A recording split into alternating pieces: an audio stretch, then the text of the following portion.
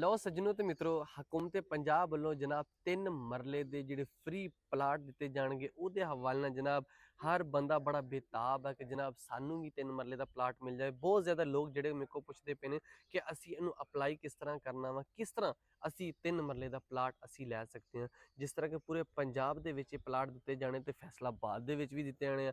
ਫੈਸਲਾਬਾਦ ਦੇ ਵਿੱਚ ਲੋਕ ਬੜੇ ਪਰੇਸ਼ਾਨ ਆ ਕਿ ਯਾਰ ਸਾਨੂੰ ਵੀ ਪਲਾਟ ਮਿਲ ਜਾਏ, ਸਾਨੂੰ ਵੀ ਪਲਾਟ ਮਿਲ ਜਾਵੇ।